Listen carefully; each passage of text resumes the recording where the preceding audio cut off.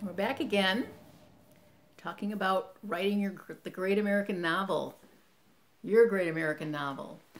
So yesterday we talked about how characterization is conflict, and how conflict is important in a story. And this is just a short video. I think we're a little crooked here. Oh. There we go. Isn't that better? Talk a little bit about conflict. Now, I mentioned it in one of the earlier videos, but it's something that I want to reiterate so it'll be fresh in your mind. The conflict in a character's life is multifaceted. And that's one thing to keep in mind when you're doing a story about one character. It's one way of filling out your character to avoid the issue of going into other people's heads because you don't have enough information. You're not sure what to write about, so you kind of like start doing head hopping and doing different points of view. One way to avoid that is to consider the conflict in your characters' lives. Conflict is just not one conflict. It's many conflicts. And this allows you to have like a hierarchy of things that your character is dealing with. So let's say your character is having, I don't know, trouble at the office. Maybe that's the main story, trouble at the office. Something's going on. Somebody's embezzling money and he's going to, people are kind of looking at him thinking maybe he's the embezzler. So maybe that's the story goal. He's got to save his name, save face, save his name, prevent from getting arrested. He knows nothing about it, but he's getting, people are saying that he's the one that did the embezzlement. So that's his conflict. That's the main conflict. But consider, think of his whole life. So maybe he's also is married and he's having trouble with his wife.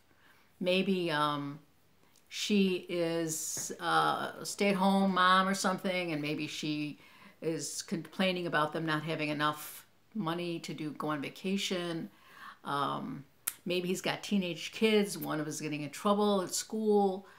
That's a problem. Maybe his mother is getting sick. She needs to be in a nursing home. Maybe there's other, besides financial worries, he has health issues that he doesn't want to tell people about. So, which reminds me of a story, not a story, I just saw it for the first time, Breaking Bad, the series on Netflix, just recently. And you can see the levels of conflict with this man. Think of, I can't remember the guy's name, the chemistry teacher. He has cancer, and this is not giving away too much. He has cancer, and he doesn't have health insurance. And his wife's pregnant. And his son he's physically disabled to some extent. And he likes his job. He does like his job. But so you see with him, there's all kinds of problems. His wife's going to have a baby. They don't have medical insurance. He finds out he has cancer. His son is a teenager going through a difficult time with being a teenager. He has some disability.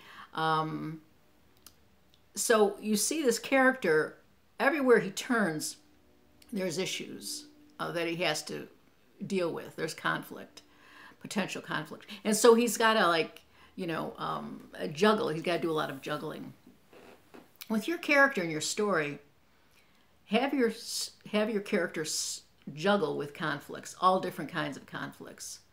And what's nice about that is when you're telling the main story, like Breaking Bad's main story was, he started selling meth, crystal meth or something, and so he had to deal then with other drug dealers, and that became a whole issue. But meanwhile, he had to keep everything secret from his wife, when that was hard. And then he had a nosy sister-in-law and brother-in-law, brother-in-law was a policeman, and they were trying to catch these guys that were making the drugs, and so that put him in a strange position. That storyline was like perfect as far as more hot water, more hot water, more hot water. And what you can do when you have that is you can have the main conflict, the main storyline, and then when that gets when you're dealing with that, you can step back and then go into another storyline that's but still stressful. So when he was dealing with all the drugs and the drug lords and everything, to take a break from that, change the pacing of the story, he'd go into an issue with his son or an issue with his wife or an issue with his doctor and the medical, his treatments or the bills, the doctor bills. So you're managing all these different levels of conflict. And what's nice, it gives it a natural pacing of the story. You start pacing your story where you have high action, then you have lower action, but there's still conflict. And then you can go over to another section where there's conflict. And then, so there's a lot of levels of conflict. And you can stay with one character quite easily, quite nicely.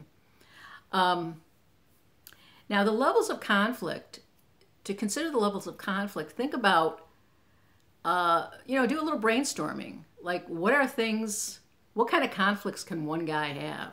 And, well, it started out probably with the guy has cancer and doesn't have health insurance. So he needs to get some money. And he's a chemist, so he has the ability to do some things with what he knows. And then what happens? Well, you make his wife pregnant, and so she can't really work, or she doesn't have health insurance because she's not working. And so then the pressure's put on him even more.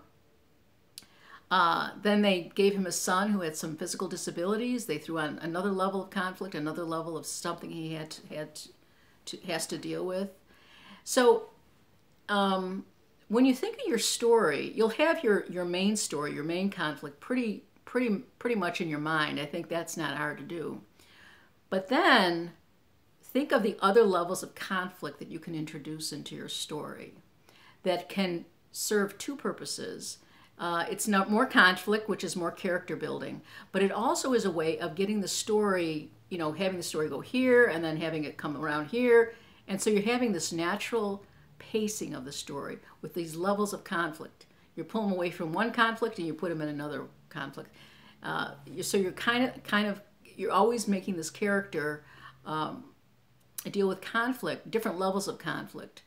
And as you build characterization, you're giving your story a natural pace, a natural pacing.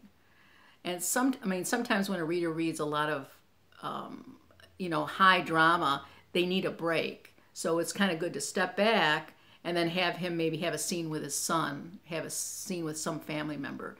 That still could be contentious or problematic, but it's a break from the main conflict. So conflicts can be of many, many levels, and it's good to have more than one conflict in your story. Have as many levels of conflict with different people and different situations.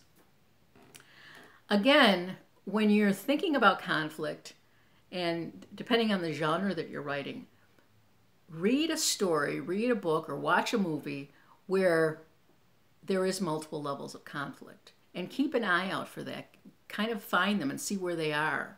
And you'll see how often the story is one thing, the story goal is another. The story is one thing, the level of conflict, what he's dealing with. But there's often other levels of conflict that are great for character development and pacing the story. So keep an eye out for that, and that's what you can bring into your story as well. It's levels of conflict that helps characterization and helps the story move along. So levels of conflict. What are your levels of conflict in your story? What else is the character up against?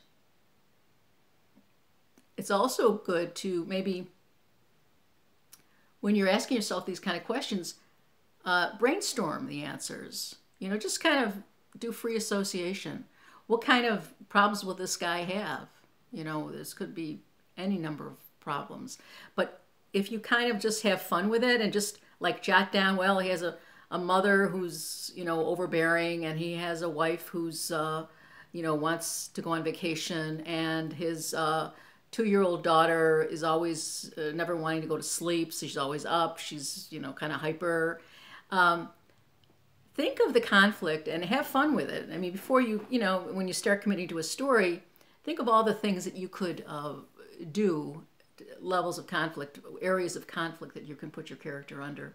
And, have fun with it. Before you decide on the level of conflict or who's causing the conflict, brainstorm and just have fun with it. It could be just a silly little idea you have that may be a really smart idea.